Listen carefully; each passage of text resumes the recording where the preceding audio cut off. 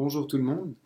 Dans la vidéo précédente, nous avions vu l'ikigai, ce petit exercice qui vous permet d'avoir une certaine réflexion sur votre vocation. Aujourd'hui, nous allons parler du bilan de compétences. Suite au malaise professionnel qui me poursuivait, je me suis lancé dans cette aventure.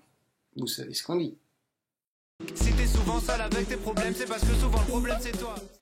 Étalé sur plusieurs semaines, le bilan de compétences a pour vocation d'élargir votre vision en ouvrant le champ des possibles que vous affinerez à chaque rendez-vous. Pour démarrer, je vous conseille de rencontrer un maximum de consultants afin de choisir votre futur confident, car certains rendez-vous peuvent être éprouvants, donc autant être en confiance avec votre interlocuteur. Le premier rendez-vous s'articule autour d'une analyse situationnelle. La deuxième phase consiste à identifier vos intérêts et vos aptitudes. Vous passerez aussi un ou plusieurs tests de personnalité accompagnés d'explications et d'échanges avec votre conseiller. Le plus connu, c'est le MBTI, qui se base sur 4 axes. La provenance de votre énergie vient-elle de l'intérieur ou de l'extérieur? La façon dont vous recueillez l'information, écoutez-vous vos sens ou plutôt votre intuition? Ce qui entraîne vos décisions, est-ce une forme de logique ou un système de pensée ou bien votre ressenti? Et la manière avec laquelle vous vous lancez dans quelque chose. Est-ce par jugement ou selon votre perception? Ces critères définissent votre type de profil sous forme de lettres. Et vous trouverez en annexe un lien vous menant vers un site détaillant l'ensemble de ces lettres et de ces profils. La personnalité est une structure complexe car chacun d'entre nous présente un profil dominant et d'autres moins flagrants. C'est pourquoi d'autres outils comme le RIASEC, le TRICAM ou le Golden peuvent être utilisés afin de comprendre votre comportement.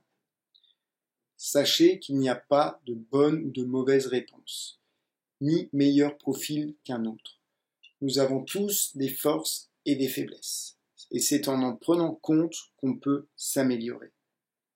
Donc répondez le plus sincèrement possible au questionnaire. La troisième phase de ce bilan synthétise chaque exercice fait et se conclut sur l'estimation d'un projet idéal muni d'un plan d'action. Ce plan présente différents moyens à mettre en œuvre pour atteindre votre objectif. Au final, 4 orientations sont possibles. La continuité, l'évolution, la reconversion et le transfert. Votre conseiller peut vous aider, selon le cas, à trouver des plans de financement. En résumé, un bilan de compétences est un outil de redynamisation qui permet de mieux vous connaître selon vos envies et vos valeurs. Contrairement à ce que pensent beaucoup de gens, ce n'est pas une formule magique. Le bilan de compétences vous mettra sur une voie qui vous correspond vraiment. Par contre, le temps de la réflexion prendra tout de même quelques temps.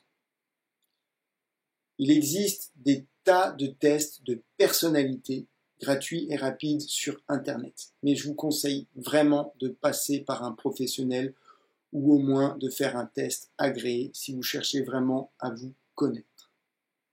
Je pense, et d'ailleurs j'inciterai tout le monde, et en priorité les jeunes adultes, à en faire un afin de mieux orienter votre avenir. En attendant, le temps s'écoule, il est temps de me dire si vous préférez que dans la prochaine vidéo, on voit ensemble différents moyens de financer vos projets ou alors qu'on détaille les outils de travail cités plus tôt et bien d'autres encore.